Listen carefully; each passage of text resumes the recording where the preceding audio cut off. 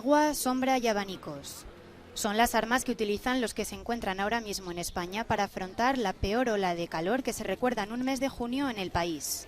Los termómetros de varias ciudades han incluso superado los 40 grados centígrados. Un calor que los peatones remedian como pueden. Pues realmente soportando, porque está terrible. Mucho agua. Bebo mucha agua. Volvemos al apartamento y encendemos el aire acondicionado. Muy aire acondicionado. La ola de calor no solo afecta a España. Este fin de semana también se registrarán temperaturas superiores a los 30 grados centígrados en Europa Occidental y Central. En algunos países se superarán los 40 grados. Por ejemplo, se espera que Francia bata récords de altas temperaturas, algo excepcional en el país galo, que no registraba una ola de calor desde 1947. Pero a grandes males, grandes remedios. Ahora los franceses se refrescan en las piscinas. Hay entre 800 y 1000 personas al día. Es muchísimo en comparación con los días habituales en los que hay algunas nubes. Las autoridades francesas se preocupan especialmente por las personas mayores y ahora mismo están en alerta roja de vigilancia, el nivel más alto del Plan Nacional contra la ola de calor. Ya sea en España, en Francia o en Italia, la receta es la misma para soportar el calor. ¿Cuántas botellas de agua ha bebido hoy? Esta es la segunda en media hora. Hace mucho calor, por lo tanto, como dicen en la tele, hay que beber mucha agua. Para la gente mayor es un poco duro. Al calor se le suma la grave sequía en el norte de Italia, donde apenas ha llovido en los últimos 3 meses y medio. Como consecuencia, el nivel de agua del río Po, el mayor del país, está en situación crítica. Olas de calor, incendios, sequías, según los expertos, es lo que nos espera en el futuro debido al cambio climático. Visita sorpresa de Boris Johnson a Kiev con un regalo bajo el brazo. El primer ministro británico ha presentado al presidente ucraniano un plan para entrenar hasta 10.000 soldados cada 120 días en el Reino Unido. Una formación especial para que sus tropas puedan usar de manera totalmente efectiva las armas de la OTAN contra el ejército ruso. Además, la ayuda militar no cesará. Continuaremos, al igual que hemos hecho desde el principio, entregando el equipamiento militar que necesitéis, decía Boris Johnson. Y además ahora, por supuesto, tendréis el entrenamiento que sea necesario para usar ese equipamiento para que vosotros, el pueblo ucraniano, el ejército ucraniano, podéis hacer lo que creo que tanto anheláis, que es expulsar al agresor de Ucrania.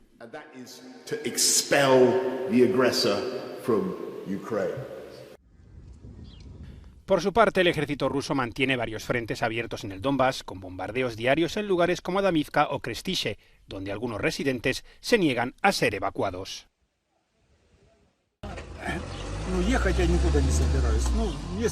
No me voy a ninguna parte, decía uno de ellos. No tiene sentido que me vaya. Para empezar, no tengo dinero. Además, ¿para qué? No quiero ir a algún sitio para ser un sin techo. Tengo un pequeño terreno aquí donde cultivo cosas, así que no me voy a ir a ninguna parte. Decenas de soldados son evacuados a diario por razones médicas. Recientemente, Kiev ha reconocido sufrir entre 100 y 200 bajas cada día en la defensa del Donbass. El punto principal de los combates es Severodonetsk, donde centenares de civiles y soldados siguen atrincherados en la planta química de Azot. En la ciudad cercana de Lysychansk fallecieron 3 personas en un bombardeo ruso, según el gobernador regional. Pero los misiles rusos siguen cayendo en otras zonas de Ucrania. Kharkov lleva 2 semanas sufriendo bombardeos nocturnos. Las autoridades ucranianas están seguras de que los ataques son lanzados desde la región rusa de Belgorod.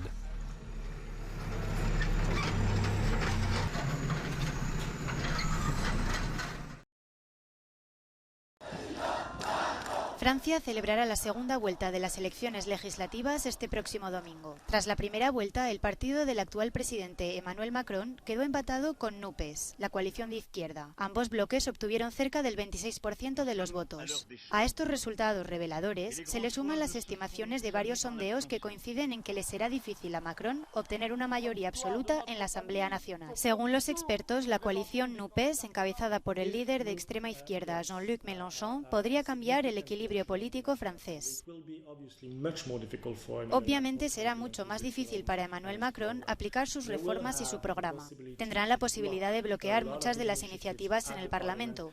Y a pesar de que en Francia la Asamblea Nacional no tiene necesariamente todo el poder, todavía tienen los medios para hacerlo más difícil.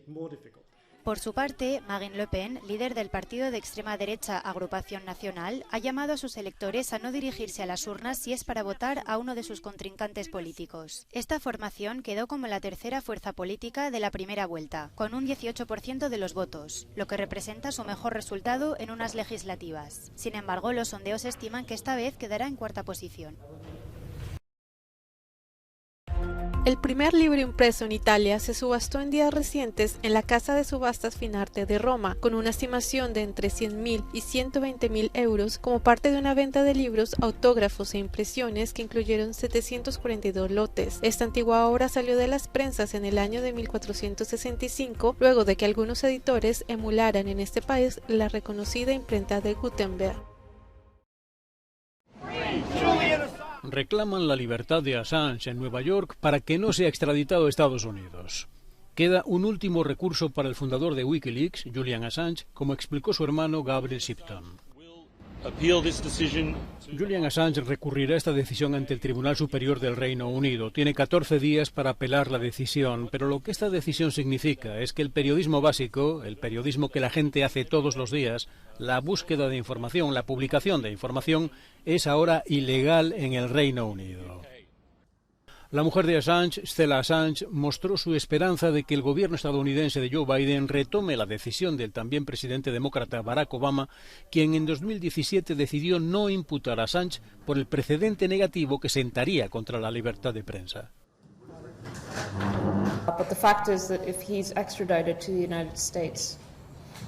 El hecho es que si es extraditado a Estados Unidos, las condiciones en las que estará serán tan opresivas. El caso al que se enfrenta es tan opresivo, sin tener una defensa de interés público, sin medios para una defensa basada en los documentos que publicó,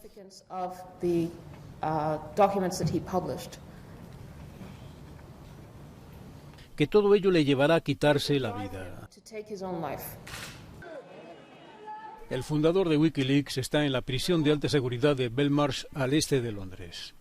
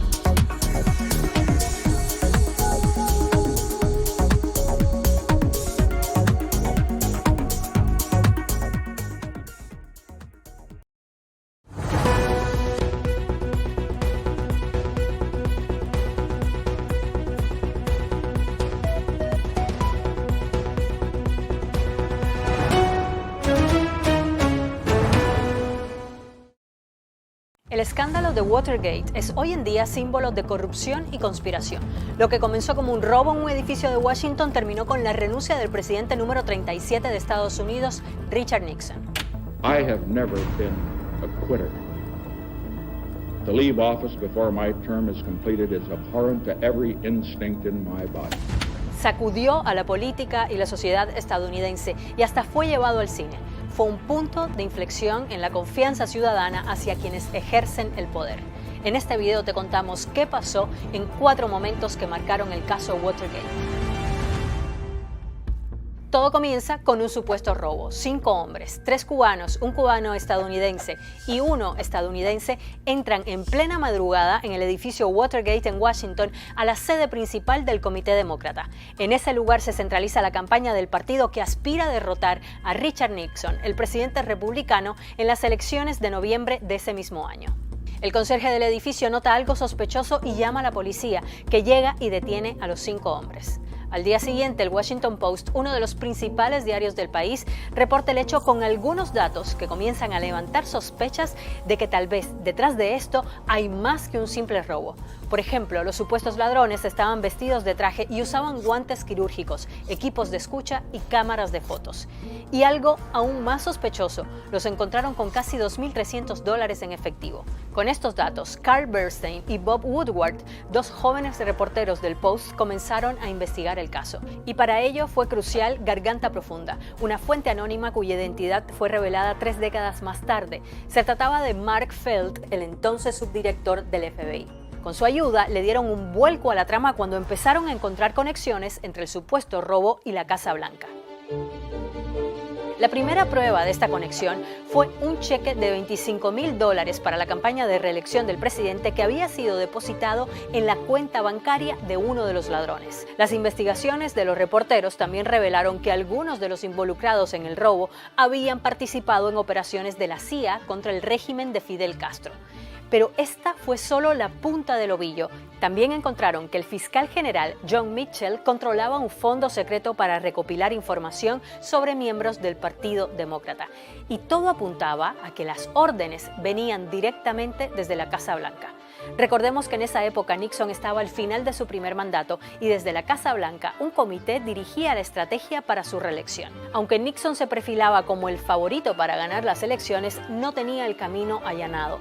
Y uno de sus principales desafíos era no haber cumplido con la promesa con la que llegó a la presidencia en 1968, poner fin a la guerra en Vietnam. Esto en un momento en que los movimientos de defensa de los derechos civiles y contra la guerra estaban en plena efervescencia. Además, un año antes, una filtración escandalosa había dejado mal parado al presidente: los papeles del Pentágono. Estos documentos secretos sobre el conflicto en Vietnam, filtrados al diario The New York Times, revelaban cómo se había engañado al público sobre lo que ocurría en la guerra. Tras este escándalo, el presidente creó dentro de la Casa Blanca una unidad de investigaciones especiales, más conocida como la Unidad de los Plomeros, porque su tarea era la de detener cualquier filtración. Y es en este punto donde esta historia se cruza con la de Watergate. Porque resulta que uno de los plomeros, G. Gordon Liddy, fue transferido al comité para la reelección de Richard Nixon y allí le encomendaron espiar a sus rivales políticos del Partido Demócrata. De ahí salió la orden para entrar a las oficinas de los demócratas en el edificio Watergate para espiarlos y encontrar cualquier documento que pudiera perjudicarles. Pero mientras esta información salía a la luz, la popularidad de Nixon seguía intacta. De hecho, arrasó en las elecciones.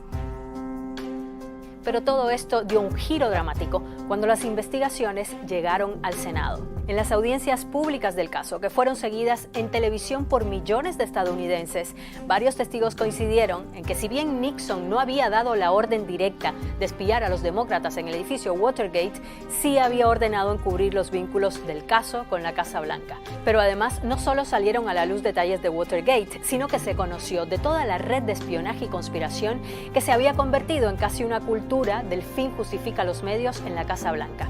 Y se dieron detalles de la financiación ilegal de muchas de las operaciones de espionaje y de contribuciones al Partido Republicano a cambio de favores políticos. Pero una de las revelaciones más graves fue la que destapó el sistema de escucha telefónica y de conversaciones que el propio presidente Nixon tenía instalado en la oficina Oval. El presidente se justificó diciendo que había instalado el sistema para escribir sus memorias, pero la batalla feroz por las grabaciones del despacho Oval marcó el principio del fin de la presidencia de Nixon. El 8 de agosto de 1974, el presidente renunció, algo que no había pasado nunca en la historia de Estados Unidos. Y según los expertos, el proceso que acabó con su renuncia puso a prueba la independencia de los poderes en Estados Unidos: la justicia, el Senado, el Congreso y la presidencia. It is the end of a relationship between the office of the president and its people, but ultimately the relationship between the American people the trust they had in the executive branch disappears in 1974 and doesn't really come back. Primero fue la disputa entre el Senado, que quería obtener las grabaciones del despacho de Nixon, y el presidente, que se negaba a entregarlas alegando razones de seguridad. Pero el drama se intensificó cuando varios funcionarios del Departamento de Justicia, incluido el fiscal general, renunciaron mientras otros fueron despedidos en medio de la presión desde la Casa Blanca para sofocar la investigación del Senado. Hubo una fuerte condena por parte de la opinión pública y hubo quien llegó a calificar este episodio como un intento de golpe de Estado por parte del gobierno por interferir en la justicia. Las grabaciones finalmente se hicieron públicas cuando lo exigió la Corte Suprema de Justicia, y una de ellas puso al presidente en el centro de la conspiración. Se escuchaba cómo Nixon conversaba con uno de sus asesores sobre cómo la CIA debía bloquear las investigaciones del FBI en el caso Watergate, solo 6 días después de que la prensa reportara el supuesto robo. De inmediato, el Congreso inició un proceso de juicio político o impeachment contra Nixon, acusándolo de obstrucción a la justicia y abuso de poder. 15 días más tarde, Nixon renunció a su cargo. Pero a los pocos días de asumir, su sucesor Gerald Ford perdonó a Nixon y muchos piensan que esto causó aún más desilusión en la sociedad. Sin embargo, hay otros expertos que aseguran que el caso también demostró que a pesar de sus fallas, las instituciones en Estados Unidos son fuertes y funcionan de manera independiente. En lo que muchos concuerdan es que este fue uno de los episodios más turbios de la política estadounidense en el siglo XX. Y fue tanta la repercusión que tuvo este escándalo que de la palabra Watergate heredamos el sufijo gate que utilizamos cada vez que queremos nombrar sucesos verdaderamente escandalosos. Por ejemplo, últimamente recuerdo el Vacuna Gate en Perú o el Olivos Gate en Argentina o el FIFA Gate en 2015. ¿Qué te pareció este video que acabas de ver? Déjalo escrito aquí en los comentarios. Si te gustó el video, compártelo. Y si te gusta lo que hacemos en BBC Mundo, no te olvides de suscribirte. Nos vemos la próxima. Chao. El presidente de Perú, Pedro Castillo, acudió a declarar en un caso de presunta corrupción en su entorno político y familiar. El mandatario salió a pie del Palacio de Gobierno el viernes por la mañana y caminó unas 8 cuadras mientras saludaba a peatones hasta llegar a la sede de la Fiscalía. Castillo estuvo acompañado por asesores y una treintena de escoltas vestidos de civil, así como policías uniformados. El mandatario es investigado por presuntos delitos de tráfico de influencias, organización criminal y colusión agravada relacionados con un contrato de obras públicas sobre el consorcio Puente Tarata 3. La legislación peruana impide llevar a juicio a un presidente mientras está en el poder, pero no avanzar en las indagaciones en su contra.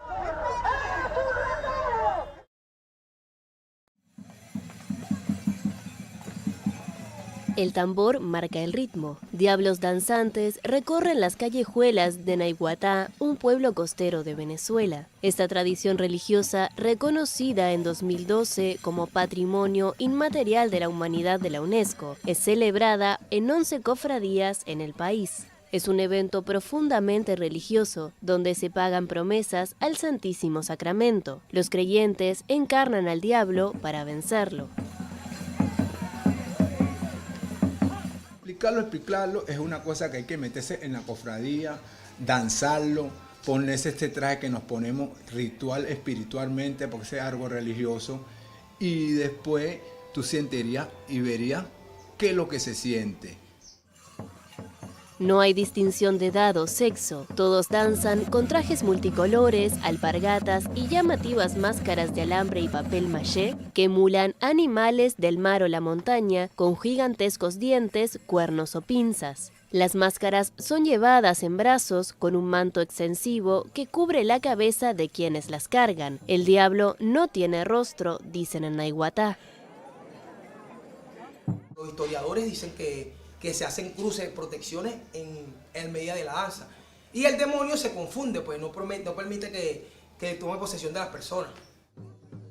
Frente a la iglesia, que ha cerrado sus puertas, hay un patio que remata en una pequeña plaza con una cruz. De ahí salen decenas de promeseros a pagar promesas con actitud penitente, de rodillas sobre el asfalto caliente en medio de un calor sofocante. Van caminando hasta las puertas del templo para rendirse ante el cuerpo de Cristo. Algunos agradecen o piden por salud o trabajo al Santísimo Sacramento. No todos van vestidos de diablos. Algunos toman prestada la máscara para pagar su promesa. empieza. La fiesta se realiza el 9º jueves, después del Jueves Santo de cada año.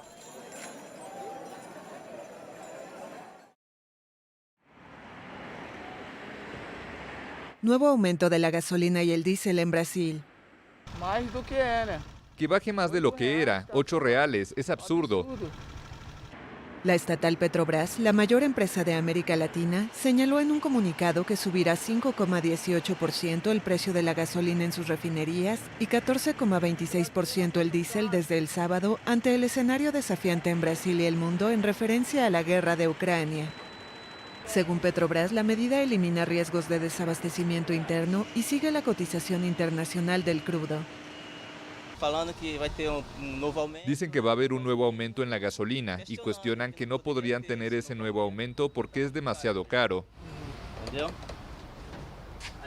Es difícil que aumenten el combustible. Todos los tipos de alimentos aumentan a partir de eso. Tenemos que reducir varias cosas para poder comprar. No podemos ir muy lejos, tenemos que usar muy poco combustible. No se puede poner una buena cantidad para poder salir y hacer todo lo que tienes que hacer. Así que tienes que recargar un poco y comprar poco a poco. La decisión desató nuevas críticas del presidente Jair Bolsonaro, que acusó a los directivos de traición al pueblo, luego de meses pidiendo a la estatal que contenga los aumentos. El impacto del precio del combustible en la inflación es un factor perjudicial en su popularidad antes de buscar la reelección en octubre. El anuncio también provocó un derrumbe en las acciones ordinarias de la empresa de 8,67% y arrastró al índice Ibovespa, que al cierre de la Bolsa de Sao Paulo cedió 2,9%. La Asociación Brasileña de Conductores de Vehículos Automotores, que agrupa a camioneros, amenazó con una huelga y manifestó su indignación ante los aumentos.